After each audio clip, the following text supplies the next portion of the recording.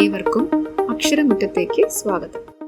11ാം class Malayalam 1ാമത്തെ unit കിനാവ്.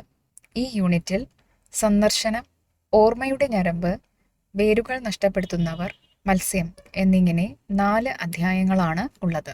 1ാമത്തെ അധ്യായം സന്ദർശനം എന്നുള്ളത് ബാലചന്ദ്രൻ ചുള്ളിക്കാടിൻ്റെ കവിതയാണ്. അമാവാസി എന്നുള്ള അദ്ദേഹത്തിൻ്റെ കവിതാ സമാഹാരത്തിൽ നിന്ന് ഈ കവിത എടുത്തിരിക്കുന്നു. ഇതിൻ്റെ ആമുഖമായി റിച്ചാർഡ് ബാക്കിൻ്റെ ജൊനാഥൻ ലിവിങ്സ്റ്റൺ എന്ന കടൽക്കാക്ക എന്ന കൃതിയിൽ നിന്ന് ഒരു ഭാഗം നൽകിയിട്ടുണ്ട്. നോക്കാം. മറ്റു കടൽക്കാക്കകളെ പോലെ താണു പറന്ന് ഇര തേടിപ്പിടിച്ച് ഒതുങ്ങി കഴിഞ്ഞുകൂടാനാവുമായിരുന്നില്ല ജൊനാഥന്. കൂടുതൽ ഉയരത്തിൽ പറക്കുന്നവനെ കൂടുതൽ ദൂരം കാണാനാവൂ എന്ന് അവൻ വിശ്വസിച്ചു. ഇരുളിനെ കീറിമുറിച്ച് ഉയർന്നു പറക്കാൻ അവൻ പരിശീലിച്ചു കൊണ്ടിരുന്നു. ഇവനെ അങ്ങനെ വിട്ടാൽ പറ്റില്ല. കടൽക്കാക്കകളുടെ പാരമ്പര്യം, മാന്യത എല്ലാം ഇവൻ തകർക്കും. കൂട്ടത്തിലെ മുതിർന്നവർ അവനെ വിസ്തരിച്ചു. തീറ്റ തേടാനാവുന്നിടത്തോളം ജീവനോടെ ഇരിക്കാൻ ഈ ലോകത്തേക്ക് നമ്മെ വിട്ടിരിക്കുന്നു എന്നല്ലാതെ മറ്റൊന്നും അറിയില്ലല്ലോ ജൊനാഥ. ഇത്തിരി പോന്ന ഈ ജീവിതത്തിൽ പിന്നെ എന്തിനാണ് നീ നമ്മുടെ മാനവും മര്യാദയും കളഞ്ഞു കുളിക്കുന്നത്? 1000 കൊല്ലം മീന്തലകൾക്കു പിറകെ നാം പരക്കം പാഞ്ഞു. ഇനിയത് പോരാ. നമുക്ക് ജീവിക്കണം. തീർച്ചയായും നമുക്ക് ജീവിക്കേണ്ടതിനൊരു ന്യായമുണ്ട്. പഠിക്കേണ്ടതിന്, കണ്ടുപിടിക്കേണ്ടതിന്, സ്വതന്ത്രമാകേണ്ടതിന് എനിക്കൊരവസരം തരൂ. ഞാൻ എന്താണ് നേടിയെടുത്തിരിക്കുന്നതെന്ന് കാണിക്കാം. ജൊനാഥൻ പറഞ്ഞു നിർത്തി. തൻ്റെ ജനം ഇരുളിനെ കീറിമുറിച്ച് ഉയർന്നു പറക്കുന്ന സ്വപ്നമായിരുന്നു അവൻ്റെ മനസ്സു നിറയെ. റിച്ചാർഡ് ബാക്കിൻ്റെ ജൊനാഥൻ ലിവിങ്സ്റ്റൺ എന്ന കടൽക്കാക്ക എന്ന കൃതിയിൽ നിന്നുള്ള ഒരു ഭാഗമാണ് നമ്മളിപ്പോൾ കേട്ടത്. എന്താണ് ഈ പാഠഭാഗത്തു നിന്നും നാം മനസ്സിലാക്കേണ്ടുന്ന ആശയം എന്ന് നോക്കാം. സാധാരണഗതിയിൽ കടൽക്കാക്കകൾ അവയുടെ തീറ്റ തേടിയാണ് പറക്കാറുള്ളത്. അല്ലാത്ത പക്ഷം പറക്കൽ എന്നുള്ളത് അവരെ സംബന്ധിച്ചിടത്തോളം അനാവശ്യമായ ഒരു വ്യായാമം മാത്രമാണ്. ജൊനാഥൻ്റെ വർഗത്തിൽപ്പെട്ട മറ്റു കാക്കകൾ പ്രാഥമിക ആവശ്യങ്ങളിലേക്ക് മാത്രമായി ചുരുങ്ങുമ്പോൾ ജൊനാഥൻ ഉയരങ്ങളിലേക്ക് പറക്കുന്നതിനെക്കുറിച്ചും ജീവിതത്തിൻ്റെ മറ്റു ലക്ഷ്യങ്ങളിലേക്കും കൂടി ശ്രദ്ധ ചെലുത്തുന്നു. ഈ കഥയുടെ ബാക്കി ഭാഗത്ത് ജൊനാഥൻ തൻ്റെ വർഗത്തെ മുഴുവനും നയിക്കുന്ന ഒരു നേതാവായി മാറുന്നതായി കാണാം. ഈ കഥ വായിക്കുന്ന ഓരോ മനുഷ്യരെയും തൻ്റെ ആന്തരിക ശക്തിയെ കണ്ടെത്താൻ പ്രേരിപ്പിക്കുന്നതാണ്. ആ ശക്തി ഒരുപക്ഷെ നമുക്കിന്നേ വരെ സങ്കല്പിക്കാൻ കഴിയാത്ത കാര്യങ്ങൾ പോലും ചെയ്യാനുള്ള പ്രാപ്തി നമുക്ക് പ്രദാനം ചെയ്തേക്കാം. ജൊനാഥൻ ലിവിങ്സ്റ്റണെ പോലെ നിങ്ങൾക്കും നിങ്ങളുടെ കഴിവുകളെ കണ്ടെത്താനും കൂടുതൽ ഉയരങ്ങളിലേക്ക് എത്താനും കഴിയട്ടെ എന്നാശംസിക്കുന്നു.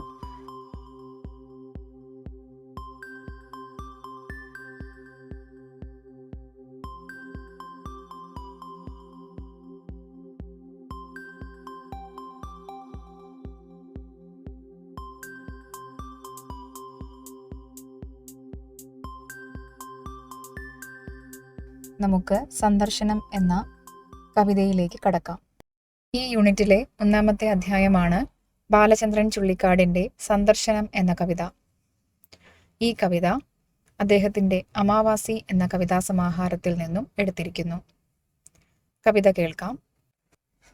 അധിക നേരമായി സന്ദർശകർക്കുള്ള മുറിയിൽ മൗനം കുടിച്ചിരിക്കുന്നു നാം.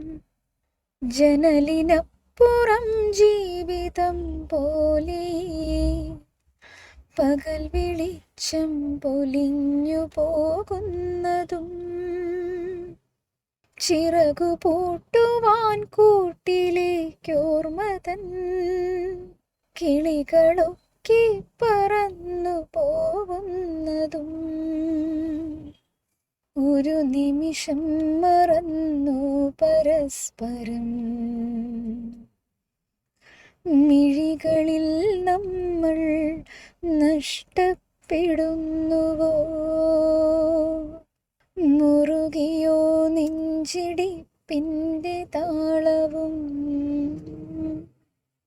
നിറയെ സംഗീതമുള്ള നിശ്വാസവും. പറയുവാനുണ്ടു പൊൻചെമ്പകം പൂത്ത കരളു പണ്ടേ കരിഞ്ഞു പോയെങ്കിലും കറ പിടി തലച്ചോരിൻ ചുണ്ടിൽ തുളുമ്പുവാൻ കവിത പോലും വരണ്ടു പോയെങ്കിലും ചിറകു നീർത്തുവാനാവാതെ തൊണ്ടയിൽ പിടയുകയാണൊരേകാന്തരോദനം. സ്മരണ തണ്ടൂര സാഗരം തേടിയൻ ഹൃദയരേഖകൾ നീളുന്നു പിന്നെയും. കനകമൈലാഞ്ചി നീരിൽ തൊടുത്ത നിൻ വിരൽ തൊടുമ്പോൾ കിനാവു ചുരന്നതും നെടിയ കണ്ണിലെ കൃഷ്ണകാന്തങ്ങൾ തൻ കിരണമേറ്റിൻ്റെ ചില്ലകൾ പൂത്തതും മറവിയിൽ മാഞ്ഞുപോയ നിൻ കുങ്കുമത്തരി പൂണ്ട ചിദംബര സന്ധ്യകൾ മരണവേഗത്തിലോടുന്ന വണ്ടികൾ നഗരവീഥികൾ നിത്യപ്രയാണങ്ങൾ മദിരയിൽ മനം മുങ്ങി മരിക്കുന്ന നരകരാത്രികൾ സത്രച്ചുമരുകൾ ചില നിമിഷത്തിലേക്കാക്കിയാം പ്രാണൻ അലയുമാർത്തനായി ഭൂതായനങ്ങളിൽ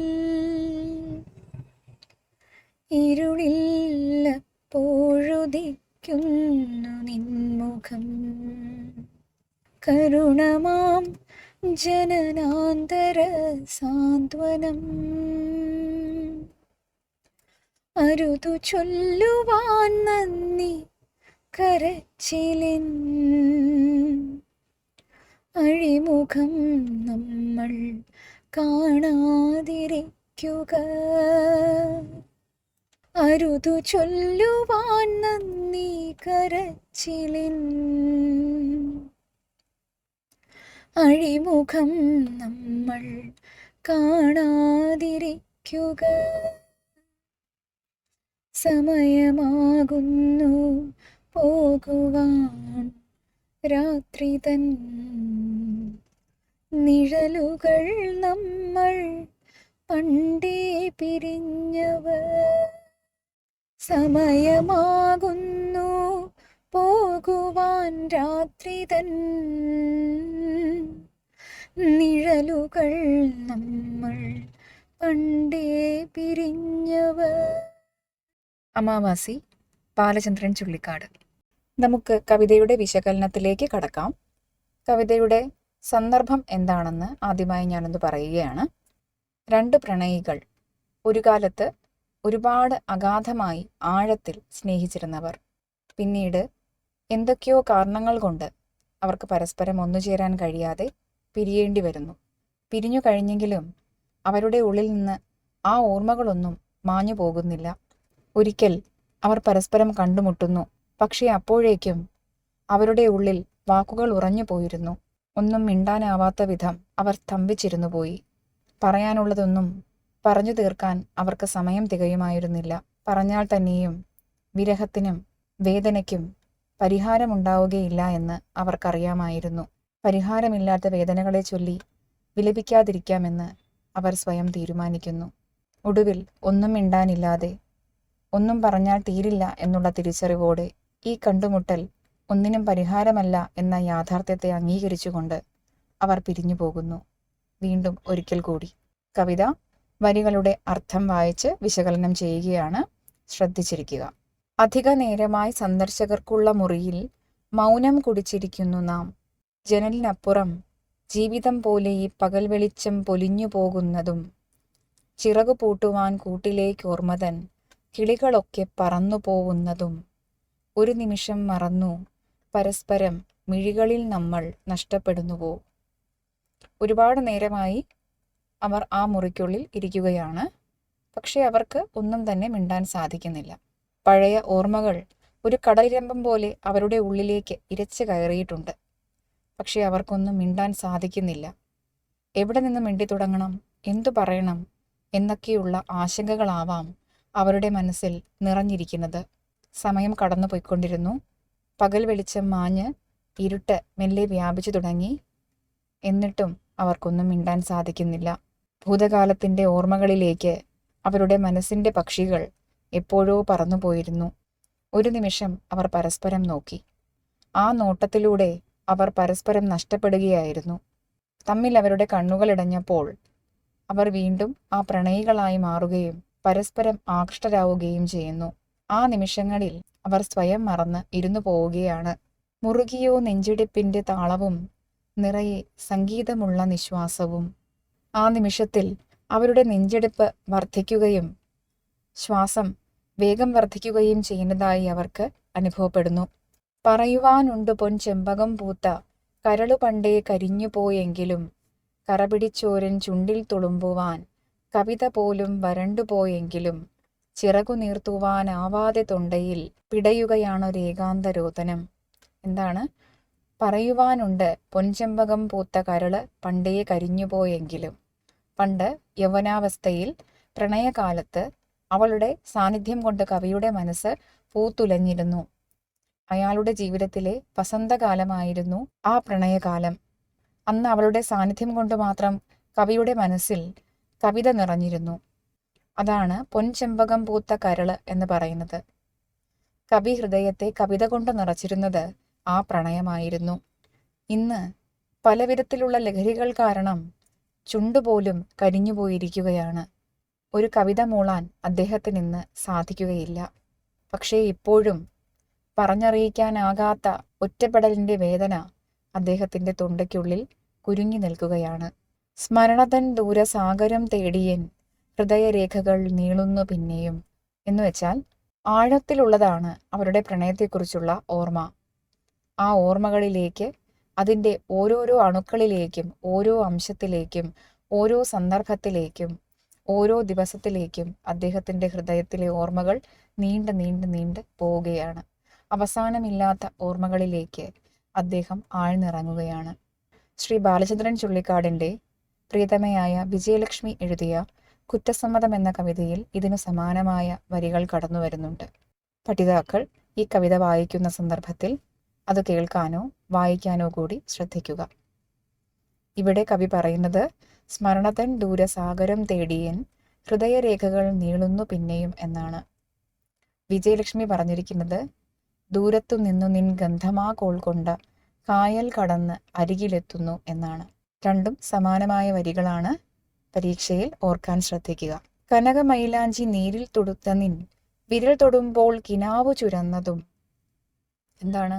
നിന്റെ വിരൽത്തുമ്പിലെ ചുവപ്പു കൊണ്ടുപോലും തൻ്റെ പ്രണയിനിയുടെ മനോഹരമായ വിരൽത്തുമ്പിൽ പടർന്നിരിക്കുന്ന മൈലാഞ്ചിയുടെ ചുവപ്പ് പോലും അദ്ദേഹത്തിൻ്റെ ഹൃദയത്തെ ത്രസിപ്പിച്ചിരുന്നു ഒരു കാലത്ത്.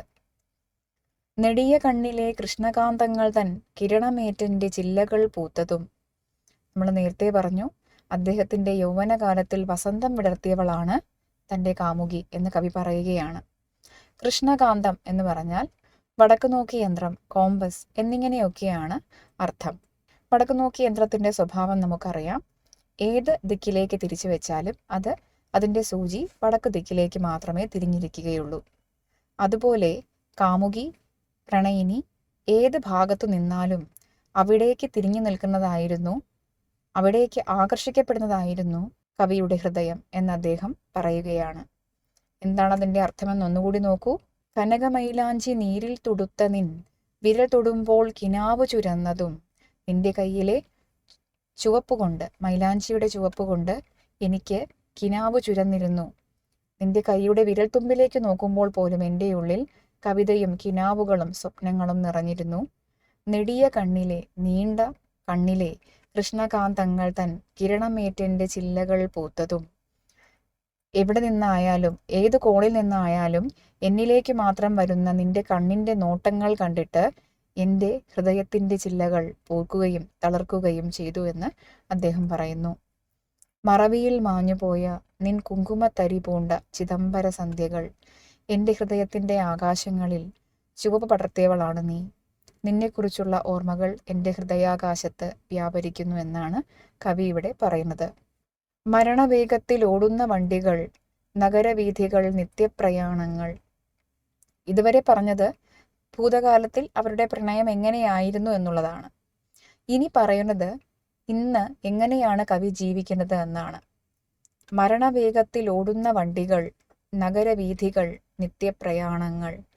മദിരയിൽ മനം മുങ്ങി മരിക്കുന്ന നരകരാത്രികൾ, സത്രച്ചുമരുകൾ. ഇന്ന് എങ്ങനെയാണ് അദ്ദേഹത്തിൻ്റെ ജീവിതം? നഗരത്തിൻ്റെ യാന്ത്രികതയിൽ ജീവിച്ച് മരിക്കുകയാണ് ഇന്ന് കവി. പഴയ ഓർമ്മകൾ മറക്കുവാനായി അദ്ദേഹം ലഹരിയിൽ അഭയം കണ്ടെത്തുന്നു. ഏതോ സത്രത്തിൻ്റെ 4 ചുവരുകൾക്കുള്ളിൽ മദ്യത്തിൽ മനം മയങ്ങി അദ്ദേഹം ഉറങ്ങി വീഴുന്നു. നഗരത്തിൻ്റെ വേഗത്തിനൊപ്പം അദ്ദേഹം സഞ്ചരിക്കുന്നു. എന്നും കാണുന്ന വഴികൾ, സത്രത്തിലെ ചുമരുകൾ, മദ്യം എന്നിങ്ങനെ അദ്ദേഹത്തിൻ്റെ ജീവിതം യാന്ത്രികമായി ഒരേ തരം ഘടനയിലൂടെ, ശ്രേണിയിലൂടെ വീണ്ടും വീണ്ടും ആവർത്തിക്കപ്പെട്ടുകൊണ്ടിരിക്കുന്നു. അതിന് ഒരു മാറ്റവും വരുന്നില്ല. ചില നിമിഷത്തിൽ ഏകാകിയാം പ്രാണൻ അലയുമാർത്തനായി ഭൂതായനങ്ങളിൽ. ചില സമയങ്ങളിൽ അദ്ദേഹത്തിൻ്റെ ജീവൻ, അദ്ദേഹത്തിൻ്റെ പ്രാണൻ അഭയം കിട്ടാത്ത ഒരു ആത്മാവിനെ പോലെ ഭൂതായനങ്ങളിൽ, ഭൂതകാലത്തിലേക്ക്, തൻ്റെ പഴയ കാലങ്ങളിലേക്ക് സഞ്ചരിക്കും. ഇരുളിൽ അപ്പോഴുദിക്കുന്നു നിൻമുഖം, കരുണമാം ജനനാന്തര സാന്ത്വനം. കനത്ത ഇരുട്ടിൽ തൻ്റെ ഭാവിയും ഭൂതവും വർത്തമാനവും ചേരുന്ന ആ കനത്ത ഇരുട്ടിൽ കവി നിൽക്കുമ്പോൾ, അഭയമില്ലാതെ ആശ്രയമില്ലാതെ നിൽക്കുമ്പോൾ, കവിയുടെ ഉള്ളിൽ ആദ്യം തെളിയുന്ന മുഖം പ്രണയിനിയുടേതാണ്. ഈ ഒരു ജന്മത്തിലേക്കും ഈ ഒരു ജന്മത്തിനു ശേഷവും മരണാനന്തരവും തൻ്റെ ഹൃദയത്തിന് ആശ്വാസമാകുന്ന മുഖം പ്രണയിനിയുടേതാണെന്ന് അദ്ദേഹം പറയുന്നു. അരുതു ചൊല്ലുവാൻ നന്ദി കരച്ചിലിൻ അഴിമുഖം നമ്മൾ കാണാതിരിക്കുക. നമുക്ക് ഇത്രയുമൊക്കെ പരസ്പരം സ്നേഹിച്ചതിന്, ഇപ്പോഴും പരസ്പരം ബന്ധിക്കപ്പെട്ടിരിക്കുന്നതിന്, ഒരിക്കലും മറക്കാതിരിക്കുന്നതിന്, എല്ലാത്തിനും ചേർത്ത് നമുക്ക് പരസ്പരം നന്ദി പറയാൻ സാധിക്കുകയില്ല എന്ന് കവി പറയുകയാണ്.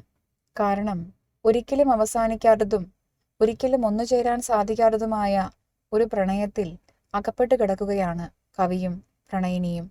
അവർ എന്നേക്കുമായി പിരിഞ്ഞിരിക്കുന്നു എന്ന യാഥാർത്ഥ്യം അവർ അംഗീകരിക്കുന്നുണ്ട്. എങ്കിലും അവസാനിക്കാത്ത ആ പ്രണയത്തിനു വേണ്ടി അവർ പരസ്പരം നന്ദി പറയാൻ തുനിയുന്നില്ല. കരച്ചിലിൻ അഴിമുഖം നമ്മൾ കാണാതിരിക്കുക.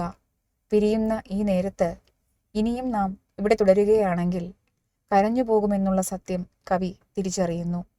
അതുകൊണ്ട് ആ കരച്ചിലിലേക്ക് വഴുതി വീഴും മുമ്പ് നമുക്ക് പരസ്പരം പിരിയാം എന്ന് അദ്ദേഹം പറയുകയാണ്.